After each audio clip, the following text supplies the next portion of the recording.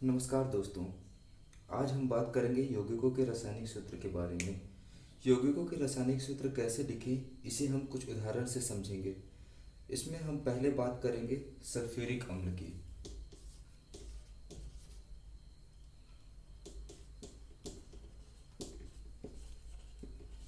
Sulphuric अम्ल, इसको हम हाइड्रोजन सल्फेट भी कहते हैं।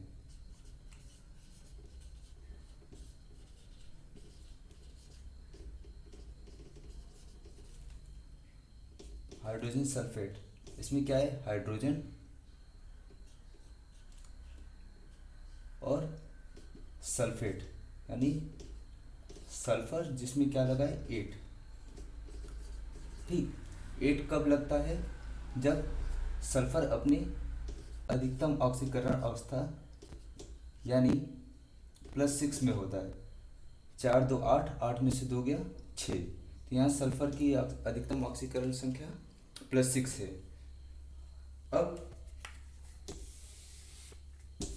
हाइड्रोजन किस ग्रुप का एलिमेंट है, फर्स्ट ए में कौन कौन से आते हैं, हलीना के मतलब सिस्फर। ठीक, तो जो भी फर्स्ट ए, इनको हम क्या बोलते हैं, क्षारीय धातु यानी अल्कली मेटल्स बोलते हैं।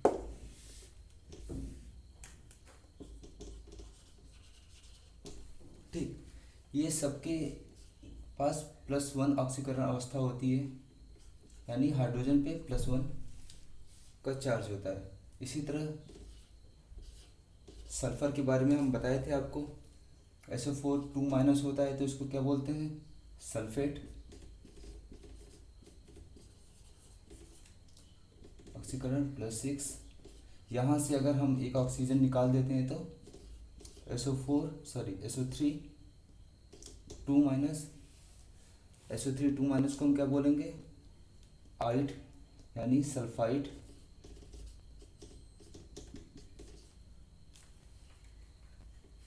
और यहाँ से सल्फाइड, और यहाँ से सारे ऑक्सीजन को हम निकाल दें तो उसे क्या बोलेंगे, सल्फाइड, IDE। ये IDE से हम अपने पहले की वीडियोज में बता चुके हैं। ठीक, तो यहाँ पे हम किसकी बात कर रहे हैं, हाइड्रोजन सल्फेट की। ठीक,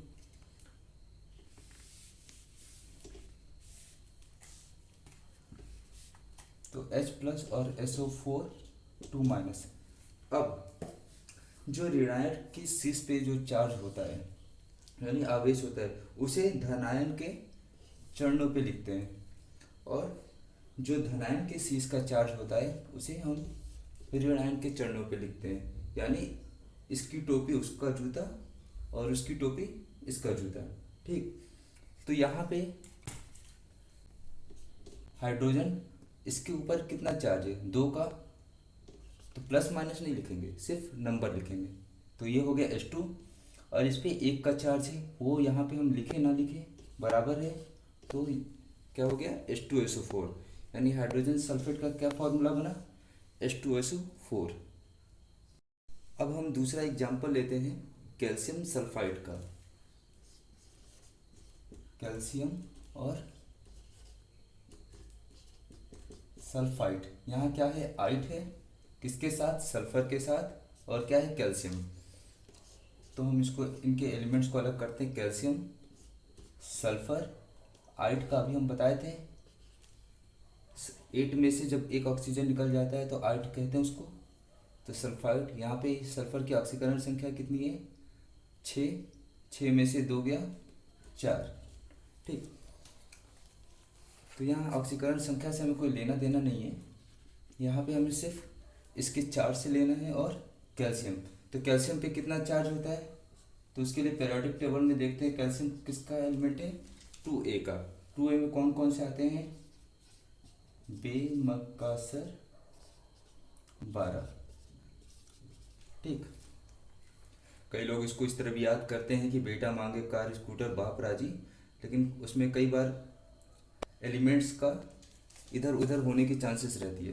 तो आप जैसे भी चाहें याद कर सकते हैं, या अपना खुद का कोई कोड बनाना है उसको बना सकते हैं। मैंने इसको इसी तरह सीधा सीधा याद कर लिया, बेमक का सर 12। ठीक, तो अब हम बात किसकी कर रहे थे, कैल्शियम की। तो कैल्शियम सेकेंड ए ग्रुप का एलिमेंट है। सेकेंड ए को हम क्या बोलते हैं, क्षारीय मृदा धातु, यानी इनको हम एल्कलाइन अर्थ मेटल्स भी कहते हैं। ठीक, यानी हिंदी में क्षारीय मृदा धातु। तो इन सबकी ऑक्सीकरण संख्या इन सब पे कितना चार्ज होता है, +2 का चार्ज होता है। ठीक, अभी धनायन पे भी कितने का चार्ज है, +2, ऋणायन पे भी -2। तो यहाँ माइनस से प्लस, +2 से -2 कैंसिल आउट हो जाएगा। तो जब हम इनका ऑक्सीकरण, इनका जब रासायनिक फॉर्मूला लिखेंगे यानी रासायनिक सूत्र लिखेंगे, वो क्या हो जाएगा, Ca और SO3।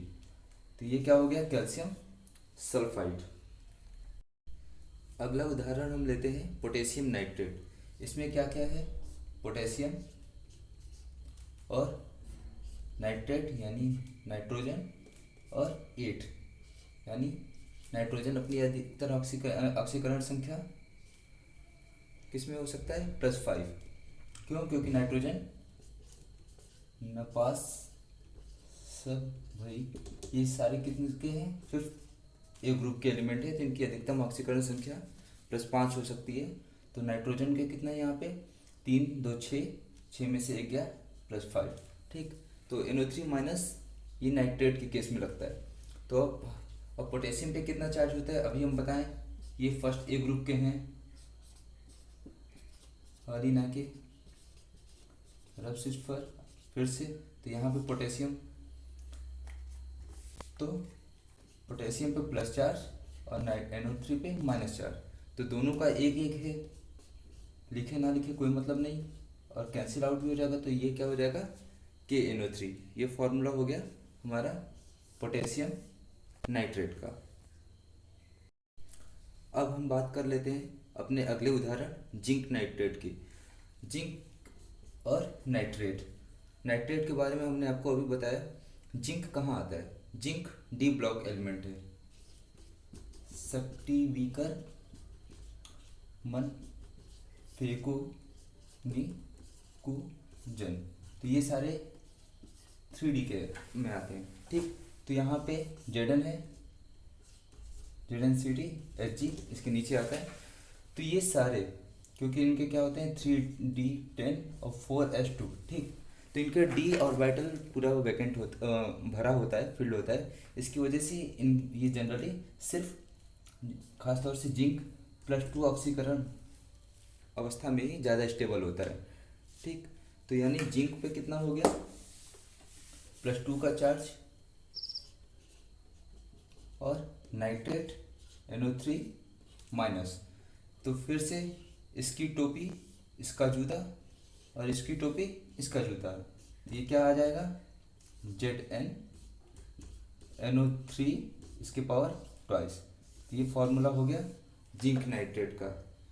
उम्मीद है आज की वीडियो से आपको समझ में आ गया होगा कि हम किसी भी यौगिक का रासायनिक सूत्र कैसे लिखते हैं। अगर आपको ये वीडियो पसंद आया तो इसे लाइक, सब्सक्राइब और शेयर करना ना भूलें। मिलते हैं हम अपने अगले वीडियो में। जय हिंद।